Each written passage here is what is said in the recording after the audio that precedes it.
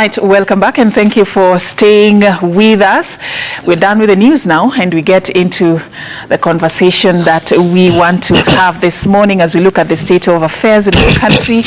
And of course, our big topic is corruption. But before we get into discussions on corruption, I'm having with me the Secretary of Political Affairs for the Azimio Coalition, Fred Okango, as we also expect the other panelists to join us, Muli Musau, the National Coordinator, ILOG, Elizabeth Karambo, Woman Representative, Meru County, and Sonia Aima, Programs Officer, Public Accountability within TISA. But we want to talk about matters IEBC, and we know that the formulation of the selection panel is currently at a very advanced stage, and of course a lot has happened with regards to the names that have been submitted so far. But the emerging issue now is that this formulation of the IEBC Commission is now being thrown into disarray because currently there is apparently a sharp difference within the Azimio coalition when it comes to the names that have been submitted. We have the National Liberal Party leader, Dr. Augustus Muli, who spoke yesterday with regards to some of the grievances he has concerning how things were done at the very last minute. Let's get to listen to what he has to say. This election was not about Azimio or Kenya Kwanza. It was about PPLC. And PPLC decided they are going to choose me. I must be from a poor background. I might be new in politics. But they chose me.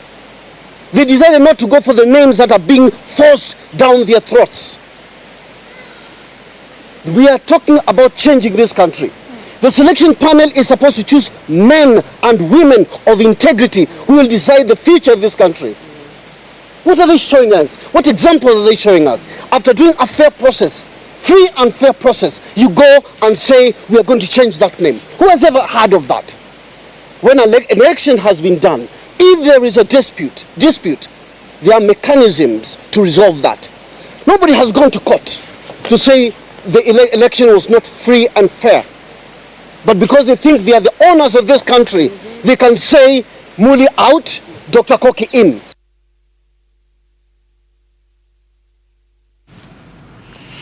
All right, so there you have it, Dr. Augustus Muli.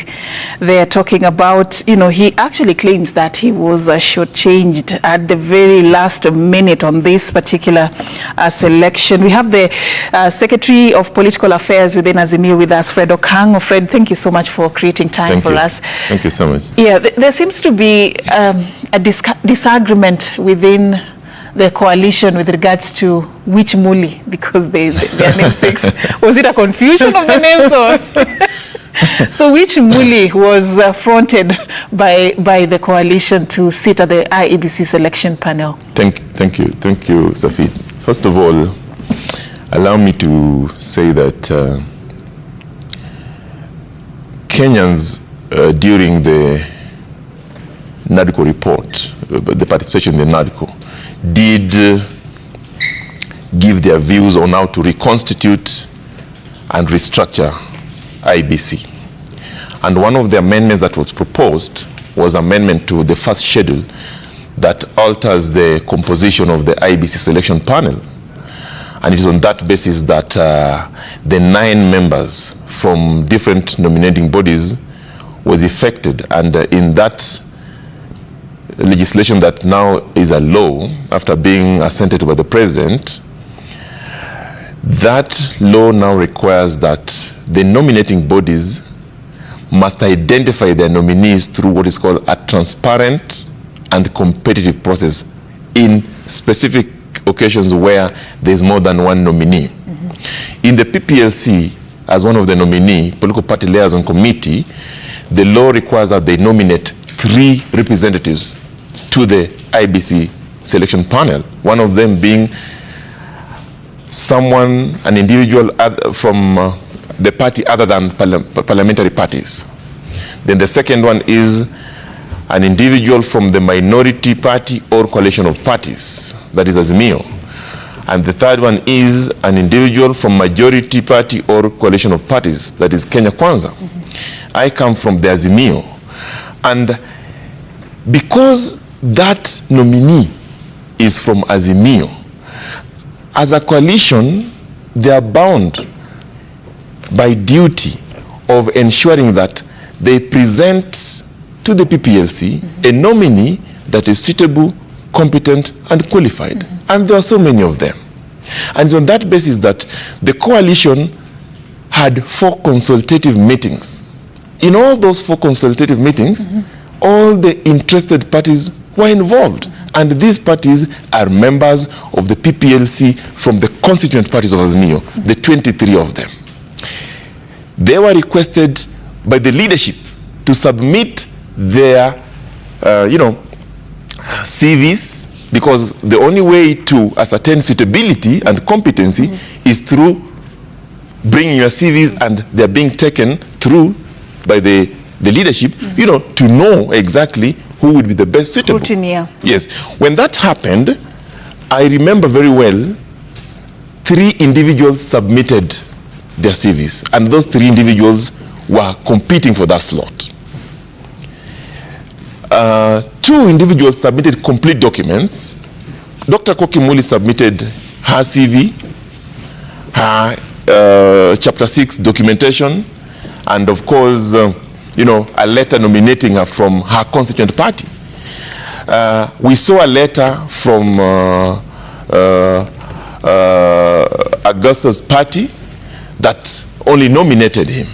Then there was another letter and a CV from another party that is not a constituent party of Azimio, but a friend of Azimio. But when the last consultative meeting happened, the leadership made a decision that, having gone through this process in as transparent manner as it has been, and having scrutinized all this documentation, they identified one of the applicants or the nominees among the three, and they wrote to the Register of Political Party that this is the person that they feel has the technical knowledge, suitable, competent to do the job of giving Kenyans the best commission that is believable, because that's what Kenyans want. But as fate may have it, it's not Azimio to decide how PPLC will do that. The PPLC, through IEBC and Registrar's Office, decided that they are going to go for an election. Never mind, that election did not give what the law wants. The law requires that, as I said, every nominating body that is nominating more than 2 shall ensure that they comply with the 2/3 gender. PPLC election that happened last Friday in Machakos gave the people of Kenya 3 male. So you're suggesting that the name that was submitted to PPLC by the coalition Azimio is not the name that came out? I am saying the name that was suggested to the office of the registrar, to the PPLC through the office of the registrar, was a name of Dr. Koki Muli that is qualified, competent, and suitable based on the documentation that all the applicants who are equally qualified were asked to send. And Dr. Muli was subjected to an election in Machakos, because we don't run the election as Azimio, as we're just participants. And when that happened, that election resulted to an election of 3 men. The representative of the small parties is a man. The representative from Kenya Kwanza is a man. The representative at that time from Azimio was a man. It's on that basis that we saw and we realized that this is not what the law says. And we wrote a letter. But how does it work though? Because Muli, the Muli is confused. Augustus Muli, let me be specific, claims that his candidacy came as a result of a transparency process. He was voted by constituent parties, which I assume are within Azimio, and that election was presided over by IEBC officials. So according to him, he was actually... On what basis is that argument holding if the election in its entirety produced male?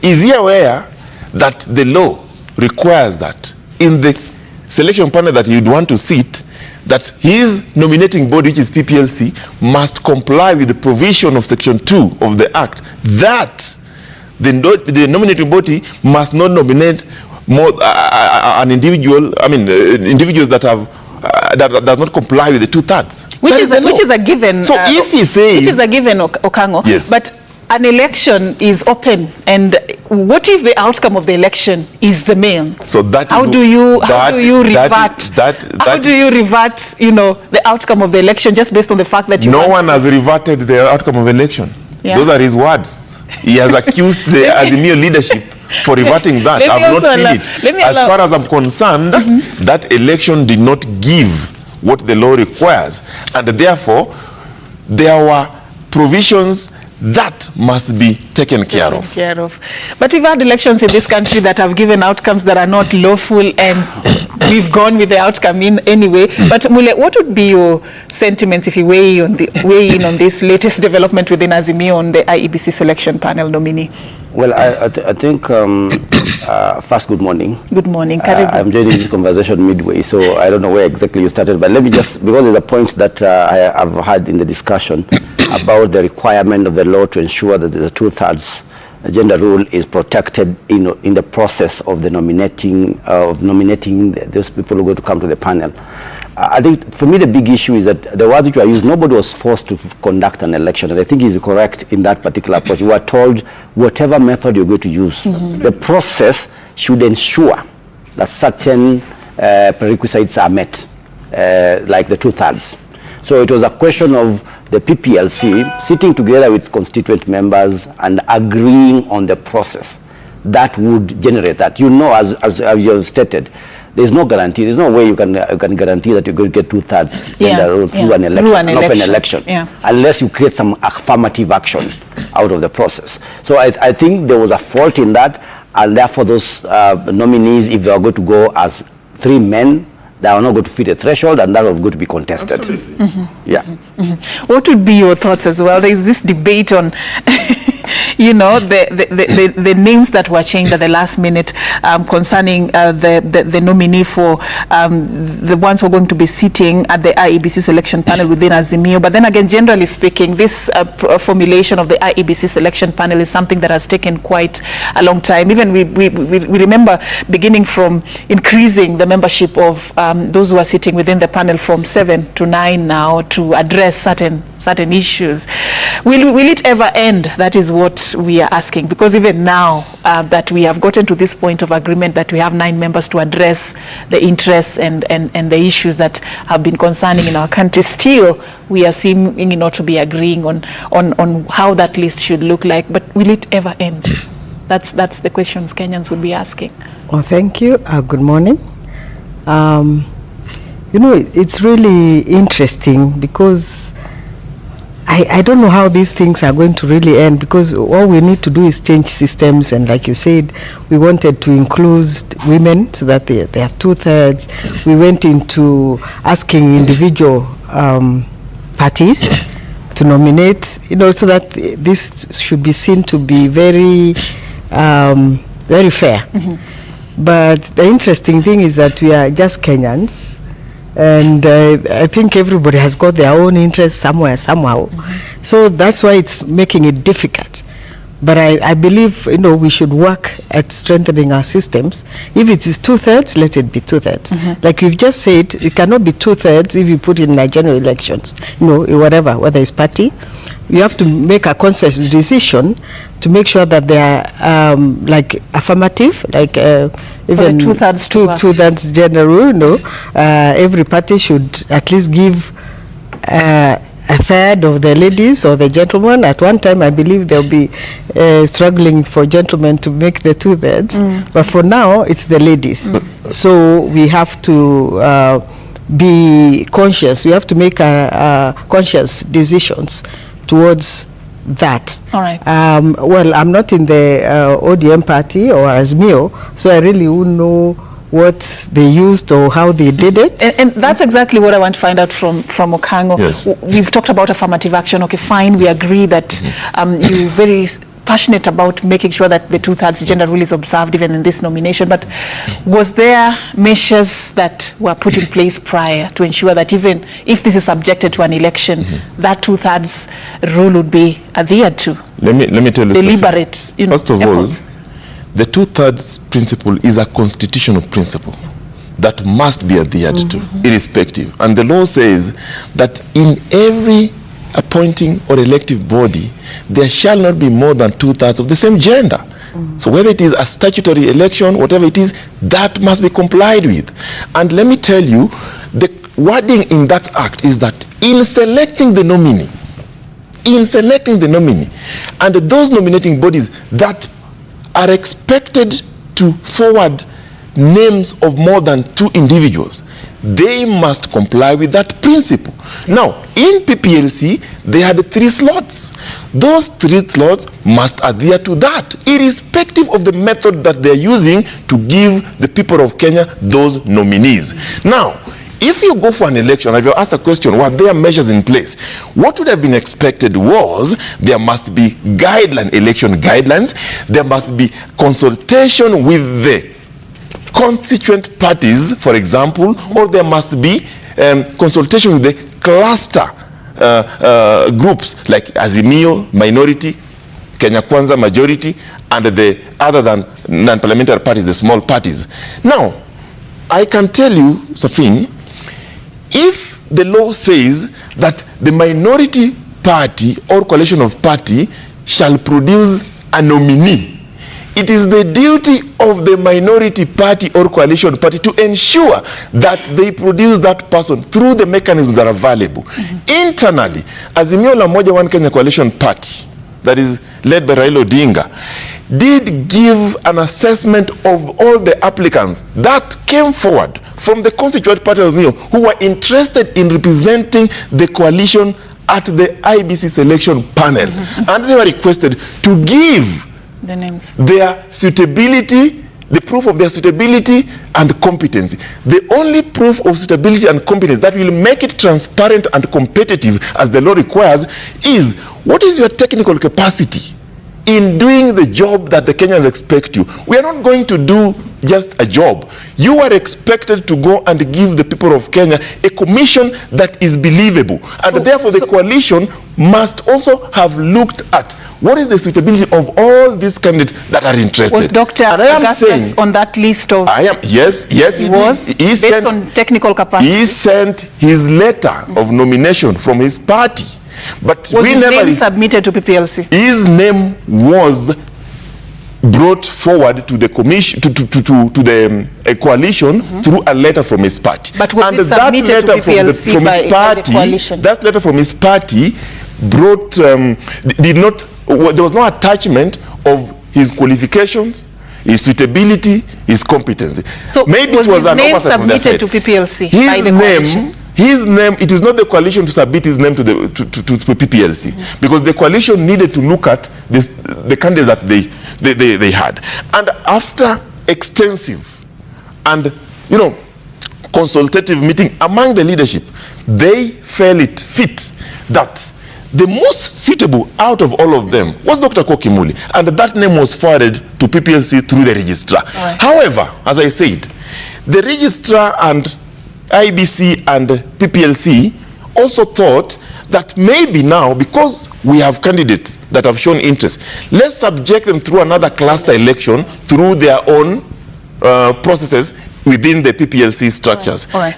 Those structures demanded that each cluster, Azimio, Kenya Kwanza, and the small parties elect their own. That happened. So what I'm trying to tell you and the people of Kenya is that that election that they did produced an irregular product of all male instead of securing the 2/3 gender as the act requires. And therefore, it's on that basis that we hold that we have a suitable, and the only female, by the way, from the PPLC nominees, the only female who is qualified. And if these people want, they can also go and look at the CV of Dr. Muli and compare. All right. Well said, Fred.